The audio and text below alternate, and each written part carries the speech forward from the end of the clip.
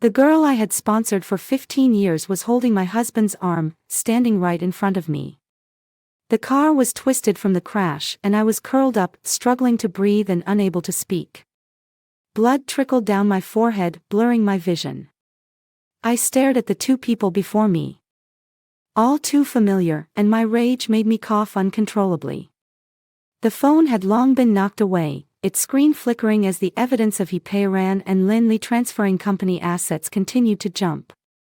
I had been scheming every day, guarding against rival companies while facing the vigilant shareholders. I never thought I would be betrayed in the end by the two people I trusted the most. Sister Lee. You have to be ruthless when taking action. That's the lesson you taught me. Although everything I have now was given to me by you, it was also earned through my own abilities back then. The woman leaned down and whispered softly in my ear. The strong smell of gasoline filled my nostrils, and I felt my vision darken as my consciousness began to fade.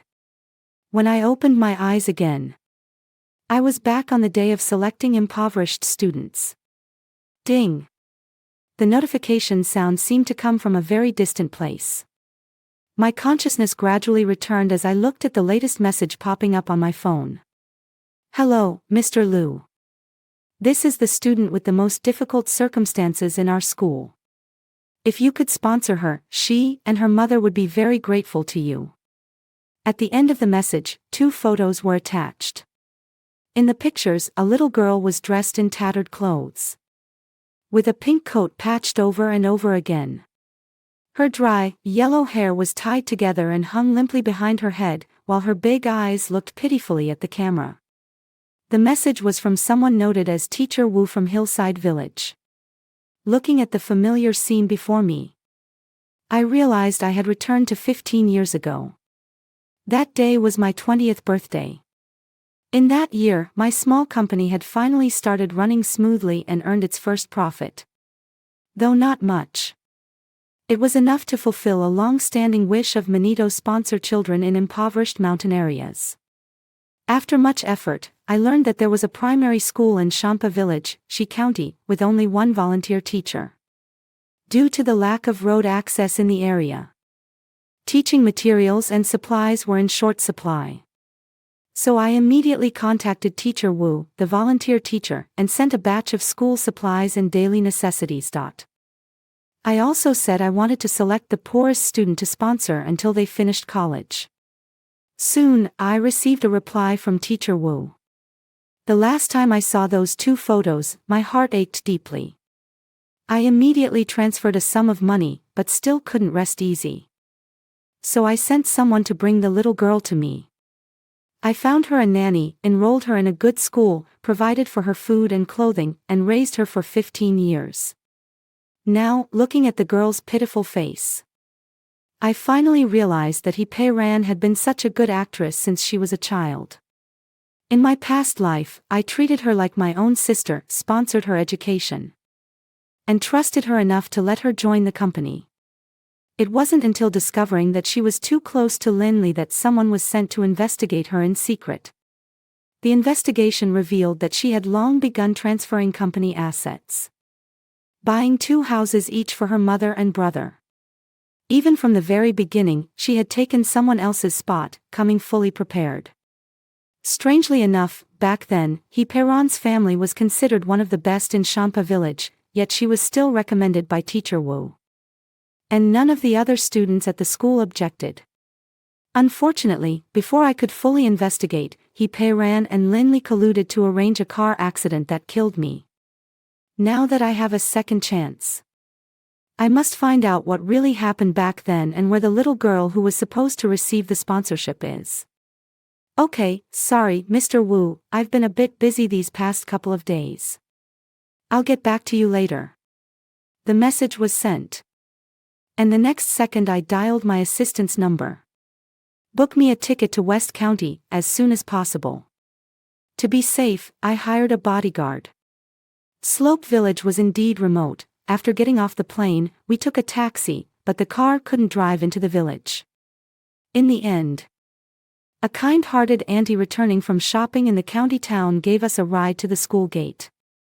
The railing at the school gate was completely worn out, creaking in the wind. It was recess. And a group of children were playing games on the open ground in front of the classroom. At the center of the crowd was Hee-Pei-Ran.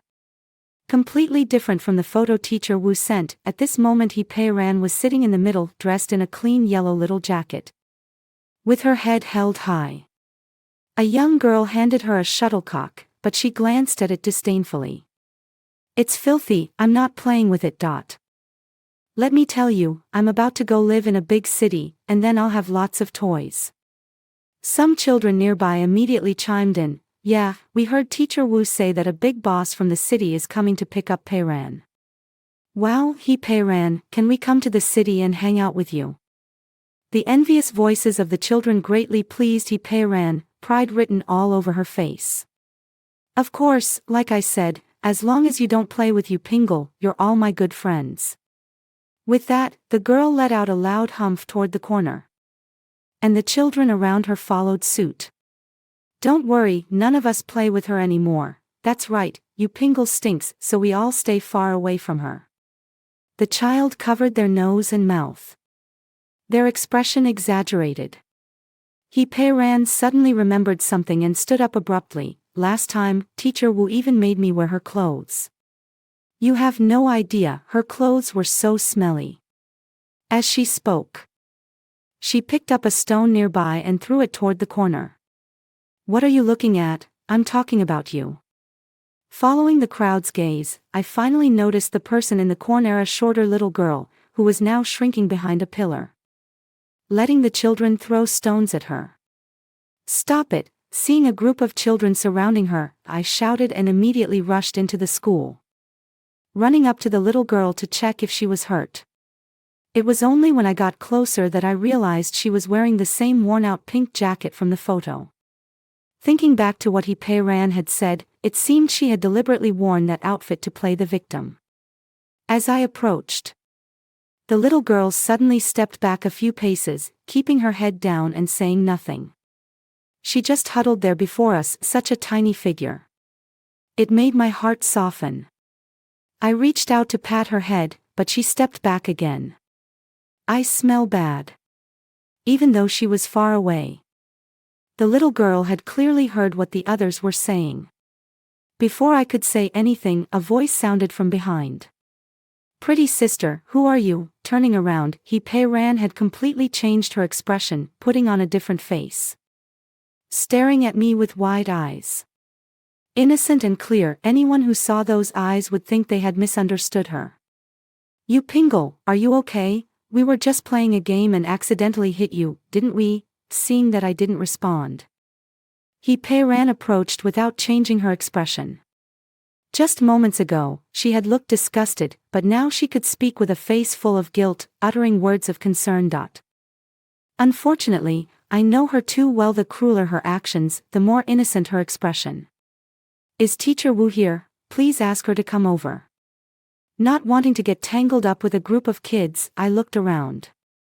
A quick-thinking student had already run to the office, and soon a plump woman came jogging over. "President Liu, what brings you here all of a sudden?" "Children, this is the Miss Liu I mentioned before. Those extracurricular books, pens, notebooks, and everything else, they were all gifts from Miss Liu." "Thank you, big sister, sister. You're so young, are you already a big boss?" The chirping sounds rang in my ears. Looking at the young faces before me, my anger gradually faded, replaced more by a sense of helplessness. A child's world is black and white, and they may not even realize that their actions just now were isolating another classmate. But what about the adults who are supposed to guide them? I turned to Teacher Wu. When I arrived, I saw the children throwing stones at her. That was too dangerous. "Don't you usually teach them not to hurt their classmates?" When Teacher Wu approached, the little girl named Pingle beside her lowered her head even further. It wasn't until I mentioned it that Teacher Wu noticed her. "Mr. Liu, you might not know, but our school doesn't have much in the way of recreational facilities. They usually play like this theory, all village kids. Used to roughing and tumbling around, nothing precious about them." Without even bothering to understand what had happened, he dismissed it with a laugh. "Oh, right, Mr. Liu, you're here to see He Peiran, aren't you, Peiran? Come here quickly. This is the sister who's going to help you. Aren't you going to say thank you?" Teacher Wu pulled He Peiran from behind her. I looked over, and the two of them were exactly alike, smiling in a way that sent chills down my spine. I smiled slightly. "Don't rush. Teacher Wu. This matter isn't settled yet. Teacher Wu, this piece of clothing looks somewhat familiar to me." I gently pulled the little girl behind me and patted the dust off her clothes for her. Yes, this is Peiran's clothes. Peiran was afraid you'd look down on her. So she specifically saved up for a long time to buy a new one. This old one was given to Pingle to wear, haha. Just keep explaining it away. At the time, I wondered why He Peiran's clothes looked so tight on him. Thinking the kid hadn't bought new clothes in a long time. I crouched down to meet Yu Pingle's gaze. "Little one, tell me, is what the teacher said true? Is this your clothes or He Peiran's? If I'm not mistaken, when Teacher Wu was talking nonsense just now, a flash of hatred flickered in this little girl's eyes. No, sister, this dress is mine." The girl's voice took on a hint of a sob. "Dad bought this dress for me a long time ago. That day, the teacher asked me to give her my coat. And she only returned it to me the next day. I didn't even have a coat to cover myself when I slept at night. It was so cold." The little girl gently tugged at my clothes and poured out her words all at once.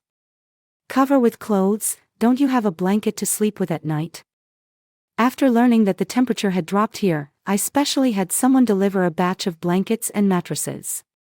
"No." The little girl's voice grew softer and softer. "Pingle, why didn't you tell the teacher you didn't have a blanket?" Teacher Wu quickly interjected from the side. "Oh, Miss Liu, as soon as I received the bedding you sent, I had the children come to collect it. Pingle must have been too busy playing and forgot. It's my fault too, for not reminding him in time." Teacher Wu's face was full of regret. "Don't worry, Pingle, I'll bring it to you today." Watching the shift in Teacher Wu's expression, I couldn't help but find it amusing. Being a volunteer teacher was really a waste of her talent. She should be winning an Oscar. "It won't trouble you, Teacher Wu." I looked at the small hand tugging at my sleeve and made up my mind. "Your name is Yu Pingle, right? Would you like to come with me to City A to study and live?" It was obvious that the little girl in front of me was the one who truly needed help. As for He Peiran, I looked over at him again. The child's eyes were brimming with resentment and bitterness. "How could you take her away?" Before Teacher Wu could stop her, the child rushed up to me.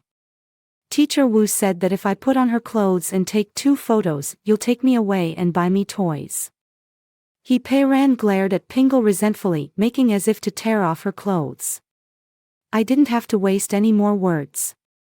Teacher Wu hurried over, looking at He Peiran with an expression of disappointment. "You child, what nonsense are you talking about?" "Oh, Teacher Wu. When did I ever say that? After receiving the message, I clearly said I would reply in a few days, yet they actually imagined all this. Yes, it's all my fault. I felt too sorry for Peiran, so I wanted to comfort her. I thought you." This pause was perfectly timed, making me seem like a person who goes back on my word. I did feel sorry at first, but then I came over and took a look. I glanced at He Peiran's new clothes. This classmate probably doesn't need my help that much.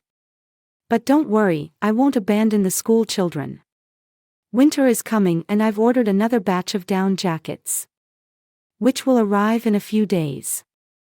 A slap and then a sweetener. Teacher Wu wanted to say more to He Peiran, but now, aside from gratitude, nothing else could be said. "It's getting dark. Why don't you stay the night in an empty dormitory, President Liu, and head back tomorrow?" Seeing that I was about to leave, Teacher Wu quickly tried to persuade me to stay. I was curious to see what changes they could make overnight. "Sure, that would be much appreciated. The night in the village was exceptionally cold. I looked at the little girl in the bed beside me, not daring to imagine how cold she must be without a quilt or clothes. Worried that the little girl might be unsafe alone in the dormitory, I specifically had my bodyguard quietly bring her over. At this moment, she was staring with her big eyes, occasionally stealing glances at me. Her sneaky demeanor was quite amusing. I couldn't help but find it funny and sat down beside her. "Pingle, you haven't answered yet. Are you willing to come back to City A with me?" Willing. The dormitory had no lights, but the little girl's eyes sparkled, and when she spoke, 2 small canine teeth showed. Her obedient demeanor made my heart soften. "All right, then tomorrow I'll go talk to your family and see what they think." "Sister, I don't have a family anymore." When she spoke, her tone was surprisingly calm. I froze, recalling that the little girl had mentioned her father during the day, which was why I asked about her family. "Sorry." The little girl tilted her head and continued, "Sister, I'll tell you a secret. My dad is a police officer. He catches bad guys, and he's really awesome. But there was a really bad guy, and my dad went to catch him, and then he never came back." The girl lowered her head, and the words spoken in her childish voice made me catch my breath. A little girl with no family, living alone in the village, how hard it must have been.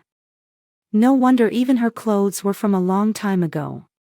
"Your dad is really amazing. A true hero." I really don't know how to comfort people, so I could only gently pat her on the shoulder. The girl also quieted down, and for a moment, all that could be heard was the chirping of insects outside the window. "It's late, get some sleep." I didn't want to continue this topic, so I tucked the corner of her blanket in and listened to her steady breathing. Just as I was about to lie back down, a faint rustling sound suddenly came from outside the door. The sound was soft and lasted for several minutes before gradually fading away. I picked up my phone, and at that moment, a message from the bodyguard arrived. "Mr. Liu, as expected. Someone went to the young girl's dorm." 3 men, one of them older, stood outside the whole time. The other 2 young men went in and searched for a while, came out, exchanged a few words with the old man, and left. Judging by the direction they headed back, they're all from the village. It seems my intuition was right. But if all they want is for me to choose He Pei-ran, why target Pingle like this? Get some rest early. I suspect we won't be leaving without trouble tomorrow. Sure enough, as soon as dawn broke the next day, the dormitory door was pounded on. Paywall. When I opened the door, I saw a woman being tightly held back by a bodyguard. As I looked at the visitor, it turned out to be another familiar face. He Pei-ran's mother. I had met her twice in my past life. In my memory, she was a quiet woman in poor health, but now she was frantically pulling at the bodyguard's hand, shouting with full vigor, "Who are you? I'm looking for Mr. Liu. What are you holding me back for? What a tray at a good show first thing in the morning." I signaled the bodyguard to release his grip and was just about to enjoy a good show when, unexpectedly, the auntie fell to her knees in front of me. "Mr. Liu, please help my Pei-ran. My daughter is such a good girl. And she has excellent grades. It's just that I, her mother, am not ambitious enough. Our family is too poor, and her older brother is useless. Since you're already helping one, why not take Pei-ran away as well?" I sidestepped quickly, so this was her plan to foist her daughter onto me. Students were arriving at the school one after another, and her loud cries had also drawn the attention of quite a few villagers.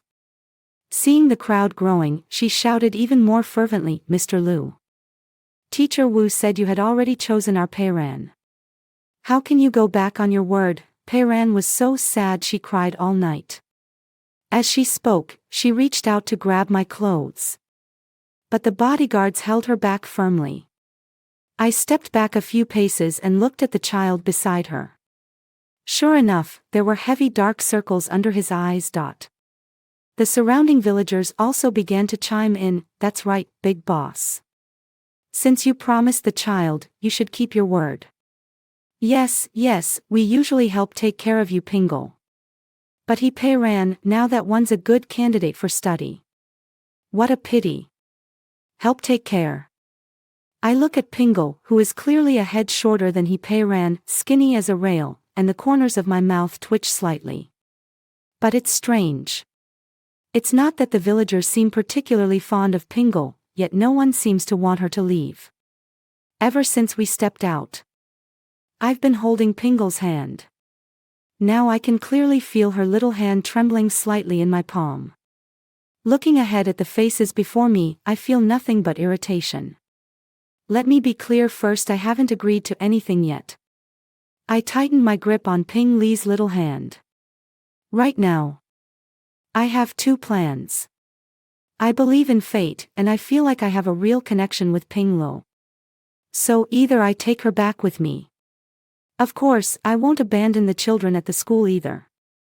I plan to renovate the school, and if the opportunity arises, I'll also repair the village roads.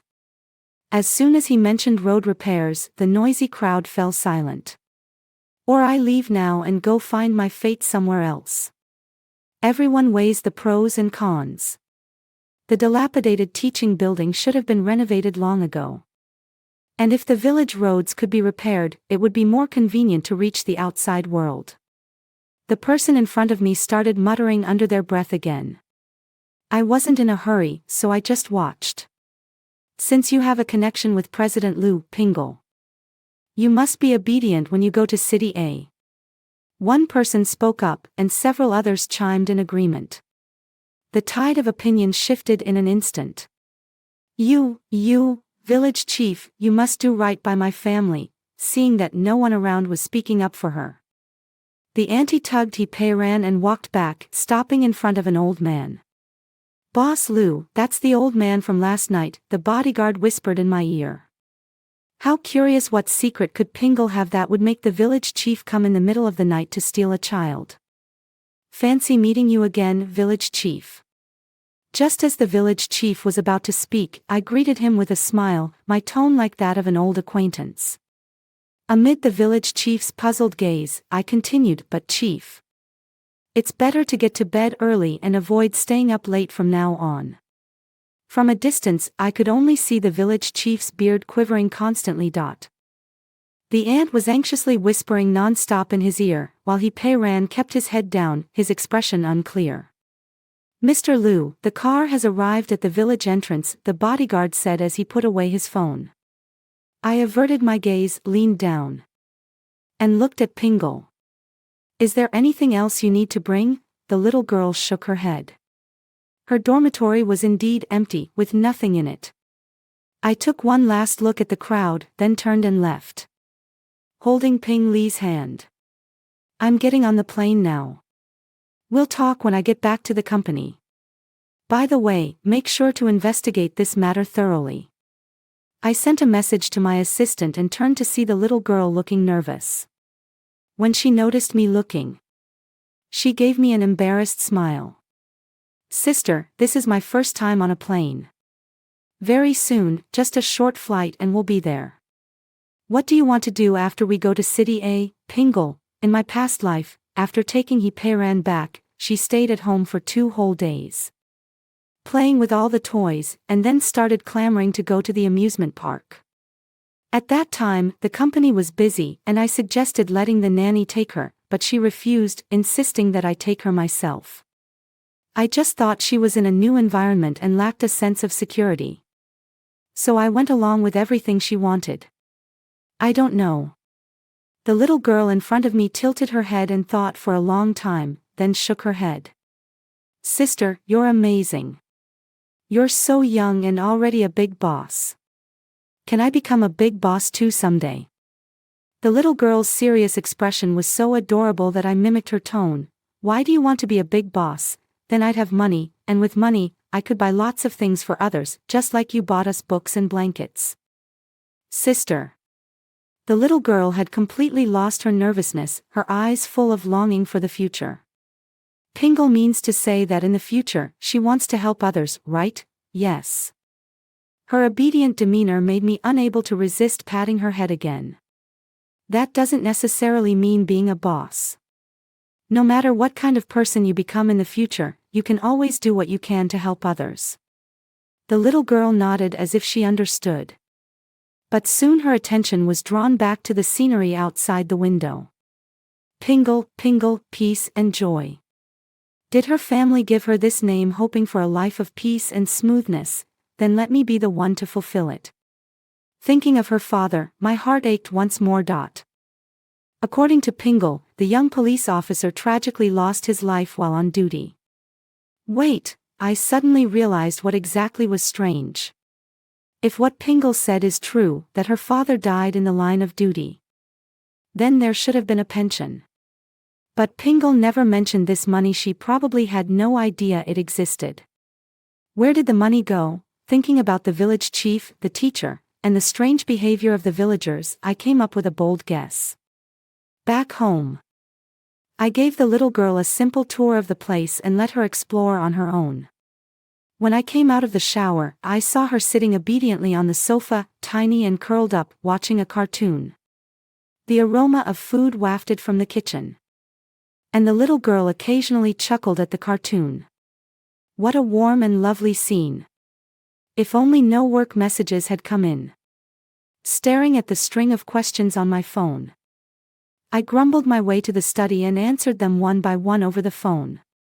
If problems have occurred more than once, why do they keep repeating themselves? Do you realize he made a mistake? As the person in charge, why didn't you review it properly? I pointed out a few simple errors and couldn't help but let loose a torrent of scolding. It wasn't until a knock came at the door that I hung up the phone. I thought it was the auntie calling me for dinner, but when I opened the door, a small figure stood by the doorway. Sister.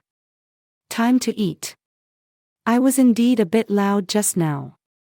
The young girl now stood timidly by the door, seemingly a little frightened. Sorry, I scared you.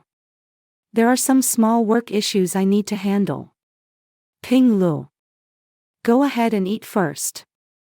I tried to smile as gently as possible, and the young girl ran off with a pitter-patter of her slippers.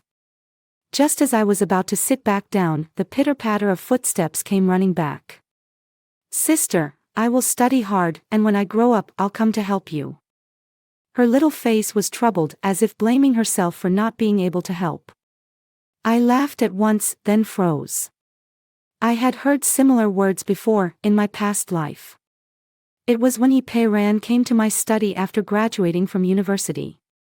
Her face full of seriousness as she said she wanted to come to the company to help me. At that time, the company was undergoing personnel changes, and I was also troubled by a shortage of hands. Once Pei Ran arrived, I felt at ease and trusted her enough to entrust her with important positions. What came in return were one after another unaccounted transfers of company funds. I nodded gently, hoping that I hadn't misjudged this person in my lifetime. Contacting the school wasn't difficult. By Monday, Pingle had smoothly transferred to her new school. I was initially worried that she might struggle to keep up with the lessons. Unexpectedly, after a small test, the little girl slapped 2 perfect score papers onto the table. Her big eyes stared straight at me, not saying a word, but her face was clearly written with praise me, in a daze. I felt as if I could see the tail behind her swishing back and forth. I'm not the kind of parent who believes in discouraging education, so I immediately asked the nanny to make a copy, and then had both framed. One hung in the study. The other in the company office, just perfect. Perhaps infected by the little girl's joy, sitting in the office that day, my mood was especially bright. The deputy general manager came to report on the work, and although this quarter's performance was not ideal, I still listened with a smile. After the report, he looked up at me with confusion. Seeing that I was truly not angry, he quietly asked for leave, saying that his child had failed an exam and the teacher wanted to meet with the parents at school. In front of him, I discreetly wiped the framed perfect score test paper. Go ahead, go ahead. The child's matters are important. Days passed quietly, one perfect score test paper after another. Until that day, the assistant walked in with the investigation report. I flipped through it. And it confirmed my suspicions. Pingle's father did indeed have a pension, but it was issued to the village, which was supposed to pass it on to the individual. Obviously, that old man had embezzled it. It wasn't entirely embezzled either. A few families close to the village chief each got a share, precisely those who had stepped forward to stop me from taking Pingle away. I suspect they were afraid that if Pingle left the village and slipped out of their control, the truth might come to light at any moment. I couldn't help but let out a cold laugh. When I first had this suspicion, I had even asked Pingle what she thought of the village chief. The little girl had just gotten out of school at the time, hopping and skipping as she answered. "Grandpa Chief is very kind. Sometimes he invites me to eat at his house and even lets me wear his family's old clothes.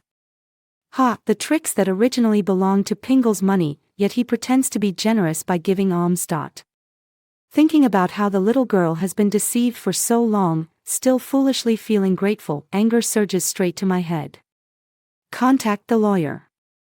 I looked at the assistant in front of me. Dealing with such a person doesn't even require much thought. One lawsuit. And it's a sure win. Whatever he swallowed, I'll make him pay back double. I could have handled such a trivial matter on my own, but I still felt it necessary to let Pingle know. When I got home, only the little girl's room had its light on, and from a distance, I could see her small figure reading at the desk. "Auntie said you've been studying for a while. Take a break." I placed the warm milk on the desk. "Sister, I'm not tired." Seeing the little girl's expression, I felt a bit reluctant to bring it up. But regardless, she has the right to know about these things. I had someone look into a few things in Hillside Village. Seeing me speak, Pingle put down the book and listened quietly. "After your father left, he would have left you a pension. I've always wondered where the money went. And this time I had someone investigate the village and found the answer. The old village chief thought he had been discreet. But there were already jealous people in the village." I explained the findings to her as simply as possible. Pingle just lowered her head without saying a word. Her small shoulders trembled gently. I suddenly felt a hint of regret. Wondering if I shouldn't have told her this so soon. At least I should have waited until she was a little older, or until she had become more accustomed to life here and felt a bit more secure. "Sister." When she looked up again, the little girl had already burst into tears. I fumbled for a tissue, saying, "It's okay, it's okay. Big sister is here. With me, no one will bully you anymore." I didn't know what the little girl was thinking about, but she started crying uncontrollably. It broke my heart. And all I could do was offer clumsy comfort. It took a while before the sobbing finally began to subside. They all say I'm a burden," the little girl said, her words cut short by uncontrollable sniffles. "Village chief made me go to their homes to take turns eating every day. But every time they saw me, they would frown. I was afraid they'd find me troublesome and kick me out, so whenever I went to their houses, I didn't dare take too much rice. After eating, I would help them wash dishes, do laundry, and gather firewood."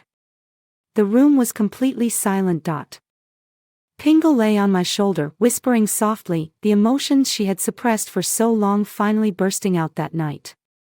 "Sister, why do they take Dad's money but still hate me?" the little girl asked, sobbing. "Why? Because they have no conscience.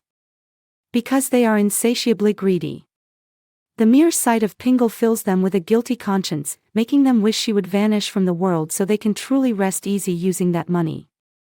But Pingle, as she is now, does not yet understand any of this." I gently patted her back as she cried herself out, the little girl gradually falling asleep on my shoulder. Since coming here, she has been smiling every day. Occasionally, when she misses her dad, she hides in her room and talks to him quietly. Only tonight, with her eyes puffy while asleep and tears still hanging at the corners of her eyes. It made my heart feel heavy. Find the best lawyer and resolve this as soon as possible. After sending the message, I gently wiped away the tears from the little girl's eyes. That night, the little girl seemed to have a nightmare, tightly holding my hand and refusing to let go. I lay beside her, gently soothing her the whole time. The assistant was highly efficient and soon directly took the village chief to court. During the trial, the village chief kept making excuses, falsely claiming that he was only keeping the money temporarily. After the lawyer refuted each of his points, he started playing the victim, saying he was just a farmer, barely educated, and knew nothing. That set of excuses vaguely reminded me of Heron's mother. How did they both use the same template for playing the victim? I rejected the request for negotiation. The village chief illegally occupied others' property. Not only must all the money be returned to me, but he and everyone involved must receive due punishment. It is worth mentioning that teacher Wu was also involved in this. Moreover, at school, he only showed care and attention to the children of certain villagers he was familiar with, while ignoring the rest. After the trial ended, I held Ping Li's hand, afraid she might get upset again. But the little girl stared straight at the lawyer, her eyes sparkling. "Sister, can I become a lawyer when I grow up?" This was the first time the little girl clearly stated what she wanted to do in the future. "Why do you want to be a lawyer?" I looked at her.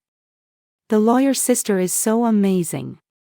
The village chief kept lying and I had no idea what to do. But the lawyer's sister just laid out a bunch of evidence and left the village chief speechless. The lawyer's sister said that's called upholding justice. If I can become a lawyer, I can help more people and uphold justice too. The little girl's gaze was firm. And I couldn't help but pinch her cheek. Then Ping Lo will definitely be the most formidable lawyer. Time passed once again through a series of perfect scoring exam papers. In the blink of an eye, the little girl had been living here for a year. That day, I was packing my luggage in the bedroom, and the child, with a reluctant look, helped me fold clothes. "Are you leaving tomorrow, sis? When will you come back? We have exams again this week, and after the exams, there's a parent-teacher meeting." I smiled. The little girl's studies had never been a worry for me. It's just a regular business trip. It depends on how smoothly things go. But I'll try my best to come back before the parent-teacher meeting. I'm looking forward to hearing the teacher praise our Pingle in front of all the parents. I pinched the little girl's pouted lips and gently tugged at her chin, eventually managing to make her laugh. Pingle leaned her entire body against me. "Sister, your work will definitely go smoothly. Thanks to the top students' good wishes, this business trip went unusually smoothly. Not only did we successfully sign the contract, but we also expanded cooperation projects in other areas. Mr. Liu, achieving such results at such a young age is truly admirable," a young boss 3 years younger than me said with a forced, pretentious flattery at the dinner table, the scene both awkward and amusing. In my past life, this boss once dominated the business world and became my most formidable competitor. Now that I have a second chance, while he is still in his early development phase and underestimated by others, I flew over early to sign a cooperation agreement, eliminating a future source of worry. I clinked glasses with him, laughing as the melodious sound of piano music drifted up from downstairs. I glanced down inadvertently, then froze, my grip on the wine glass suddenly tightening. It was Lin Li. How could he be here? I've been reborn for so long, deliberately avoiding thinking about him, believing that as long as I stayed away from him, I wouldn't have to know him in this lifetime. And then he suddenly appeared right in front of me. That's right, I remember the first time I saw him in my past life. Back then, he was a senior at the music college, working a part-time job playing the piano at a restaurant. I happened to be dining with a business partner at the time. The restaurant wasn't quiet, but his piano notes instantly reached my ears and struck straight into my heart. At the dinner table, I was stunned for a long time. Seeing me like this, my business partner teased me, asking if I wanted to meet him, and even called over the boss. That was the first time I met Lin Li. He was deeply passionate about the piano. I felt he was free and pure, like individual notes leaping into my dull and monotonous life. Soon, we got together. With my deliberate or unintentional push, he quickly became a moderately famous pianist, often invited to perform at major events. I've always believed that it's no easy feat for someone to have a passion and stick with it. I put him on a pedestal, never letting him worry about trivial matters in life. I just hoped he would be happy, as for money, I had plenty. It was really a stretch for him, someone who had never lifted a finger in his life, to actually plan a car accident with ran.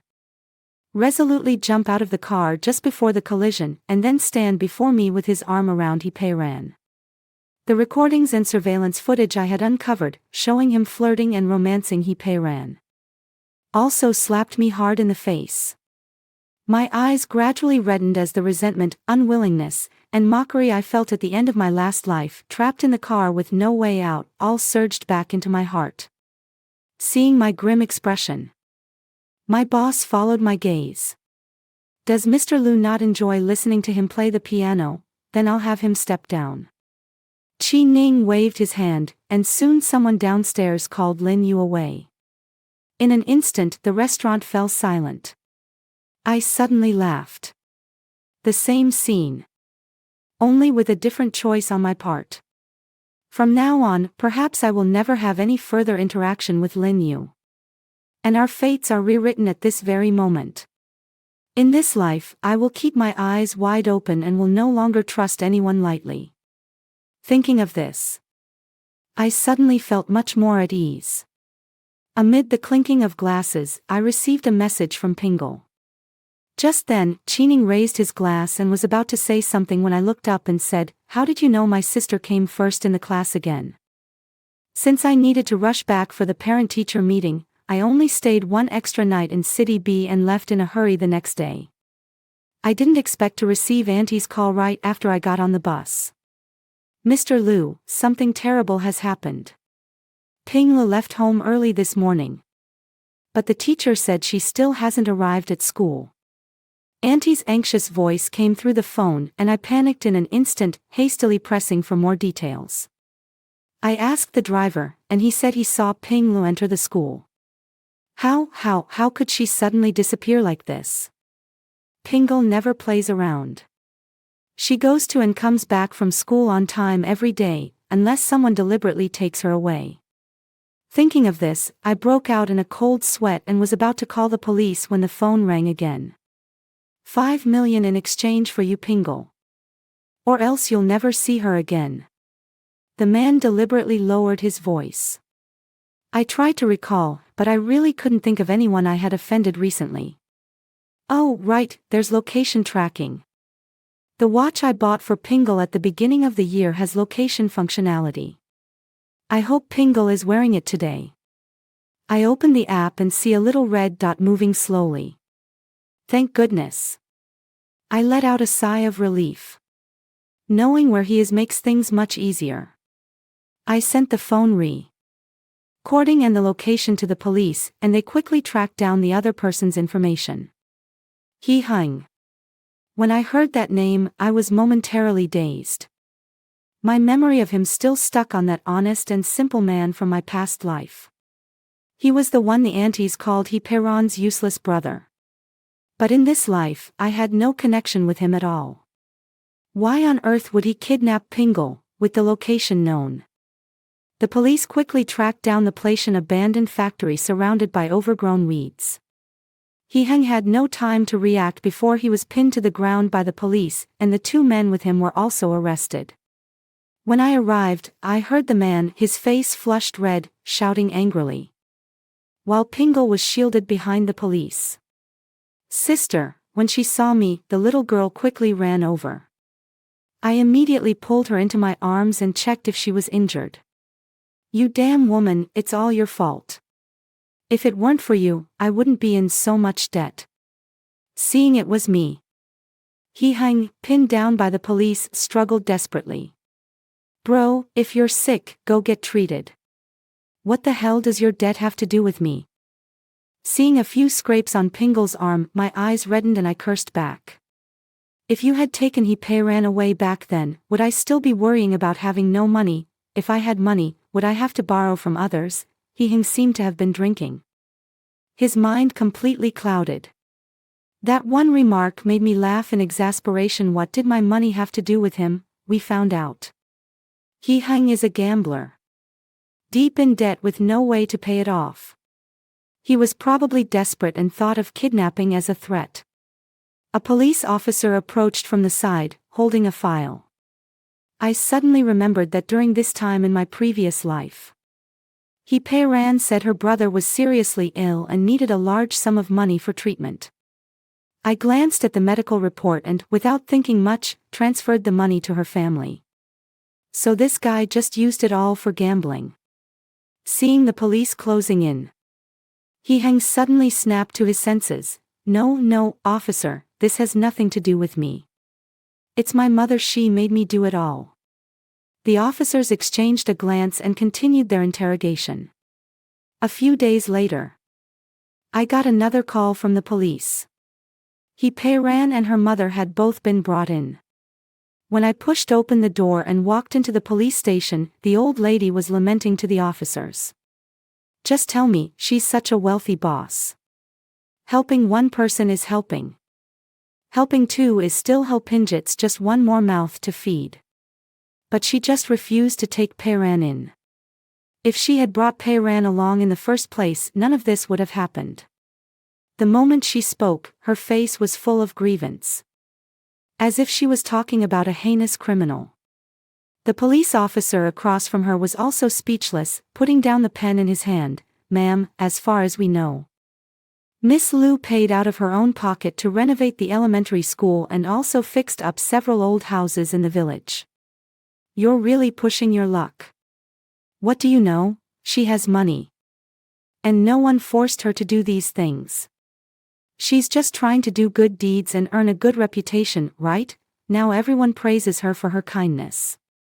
Shouldn't she be grateful to us, at this point?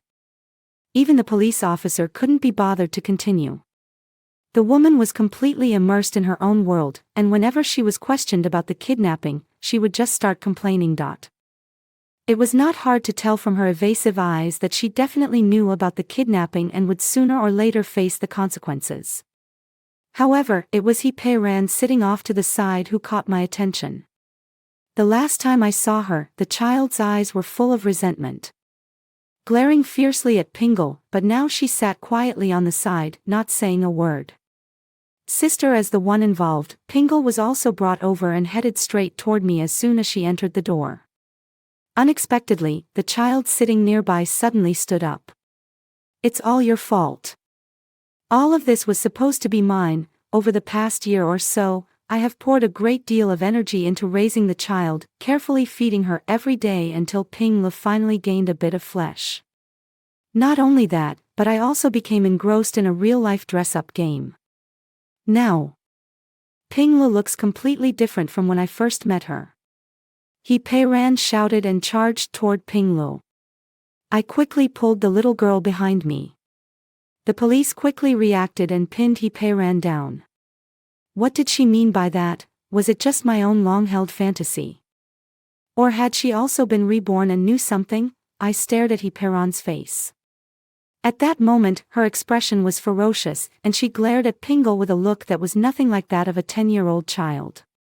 Peiran. Snap out of it. Don't daydream in broad daylight. I looked at her warily, afraid she might charge at me again. Sister, it's me, Peiran. Don't you love me the most? You used to buy me toys and take me on trips. Hearing my voice, Peiran put on a different face, crying and pleading with me between sobs. How strange. If she really had been reborn, given everything she did in her past life, how could she still have the nerve to call me sister, seeing her so emotional? The police officer frowned and cast a scrutinizing glance at the elderly woman who was still muttering to herself. Officer, if there's nothing else, I'll take my child and leave. Since neither of them was calm. Staying any longer would be pointless. I took Pingle by the hand and walked out of the police station. Pingle from our family is the best behaved. If I had known, I wouldn't have kept in touch with them after bringing Pingle back a bunch of ungrateful wolves. Thinking about the scene just now, I was fuming. Helping others had actually turned into a mistake. The little girl took my hand and swung it back and forth. They're selfish and don't know how to be grateful. Sister, you've done so much for the village and everyone is very thankful to you. As if afraid I might really be upset, the little girl chattered away in the car about fun things that happened at school. It even lifted my spirits quite a bit. Indeed. The Heroine family was a rare breed of oddballs, and I had never had anything to feel guilty about. The police contacted me again, saying that Heroine was emotionally agitated, so they had to call in a psychologist. Under the psychologist's reassurance, Heroine revealed that she had been having a recurring dream. In the dream, she came to City A with me, studied there, and lived with me. I knew she was dreaming of her past life. But the doctor didn't know that. She suspected Heroine had been stimulated and was showing signs of mild schizophrenia. As her guardian, her mother was suspected of having verbally provoked her. In the end, Heroine received psychological treatment, while her mother and brother, suspected of kidnapping, faced corresponding punishment. The major worry is gone, and my heart feels completely at ease. In the following years, Pingle brought home awards and trophies one after another. I prepared an entire wall as a display case for her, and now it's gradually filling up. The company's development has been increasingly promising and Cheaning has finally made it, rising to become a top-tier enterprise in City B. While everyone was still wondering about the background of this boss, the two of us shook hands again, smiled, and renewed the contract. During the meeting that day, the deputy general manager stood in front of the PPT, speaking with passion. However, my mind was elsewhere, and I kept glancing at my phone. What time are the college entrance exam scores supposed to be released? Noticing my constant frowning, the deputy general manager's voice grew softer and softer. Just as he was about to ask me what was wrong, the girl's message finally came in. 6 points higher than expected. Quick, praise me. JPG. Then she attached a screenshot of her score. Based on past experience, this score should be more than enough to get her into the law school in City A, which she had been longing for. Thinking about how happy the girl on the other end of the phone must be, I couldn't help but laugh out loud. Well, that was a good point. Meeting the deputy general manager's puzzled face, I patted him on the shoulder and let out a few hearty laughs. Let's call it a day for now. It's almost the new year, so I'm giving everyone a raise this month. I grabbed my keys and left, leaving the table full of employees in short sleeves looking at each other in confusion. Pingle successfully entered law school. After she started college, our contact became less frequent. Although we were both in City A, I still encouraged her to live on campus and also rented an apartment for her near the school. It wasn't that we had a falling out, but rather I felt that a girl her age should grow freely. Her prime youthful years should be spent with peers, having her own time and space, while I quietly supported her from behind. The girl never let me down. She earned scholarships every year, but every time she received one, she would donate it all without hesitation. I scrolled through her social media. The latest post was a photo from a campus debate competition. In the picture, she looked confident and radiant. How wonderful! In my past life, I didn't know her, and I had no idea how hard her life was alone in the village. But fortunately, I was given another chance. And in this life, she has found her purpose and is thriving on her own. Months had passed in the blink of an eye. That day, I sat in my office, the atmosphere heavy. I told you. This is a critical period. Everyone needs to be extra cautious. You never know when you might step into a trap. What were you thinking answering an unknown call? Not only did you answer it, but you also chatted with them for so long. with the new product nearing its launch. News broke that the person in charge had made inappropriate remarks. The clipped audio clip on the trending list kept gaining heat, with comments below filled with nothing but criticism, even sparking a boycott of the new product. The person in charge was full of regret, while others began chattering about countermeasures. After half a day of discussion with no results, the door was pushed open. The urgent priority is to issue a statement immediately. I've seen that the company has already posted a statement indicating the recording was edited. But that's not enough. Outside the door, the short-haired girl walked in. I think we should immediately send a lawyer's letter. Although the forged recording has already impacted both individuals and the company, we can also take this opportunity to incorporate this incident into the promotion of the new product. The girl shared her ideas one by one using the materials in her hand. With a plan in place, several people in charge quickly took action. The office fell silent again. I looked at the girl, who had been talking non-stop for a long time, and smiled as I poured her a glass of water. When did you get your hair cut? The last time I saw you was during the new year, and you still had long hair back then. Does it look cool? The girl blinked and tossed her hair.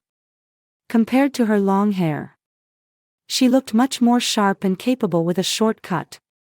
Cool. You looked cool the moment you pushed the door open and walked in. At that moment, the sunlight was just right. The instant Pingla stepped inside, she was practically glowing. The girl put down the documents, stood up straight, and smoothed her clothes. Sorry I'm late, Mr. Liu. With your skills, all the major firms would be fighting over you. What made you think of coming here? The last incident was handled properly. Not only was there no loss, but it also rode a wave of publicity, causing the stock price to rise. Taking advantage of this opportunity, Pingle smoothly entered the company. The girl tidied up the desk. I keep thinking back to that first night in City A, when I was sitting on the sofa and you were working in the study. I went to call you for dinner and heard you on the phone sounding really angry. As soon as you opened the door, I saw your dark circles. You really are so busy and working so hard. From that day on, I thought that when I grew up I would definitely help you. You said that helping others doesn't mean you have to be a big boss, no matter what kind of person you are. You can do what you can for others. So here I am. The girl waved the work ID in her hand. This is what I can do.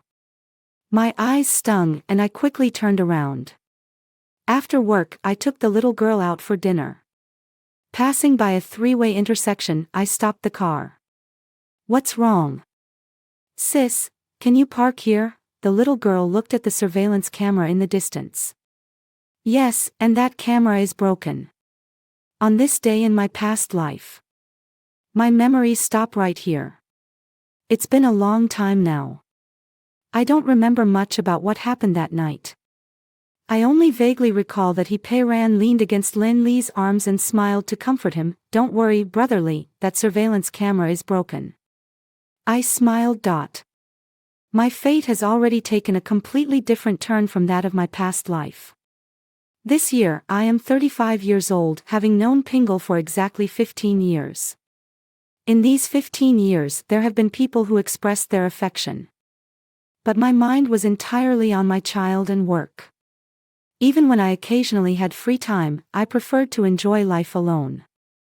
It pains me to think that all this money was someone else's in my past life.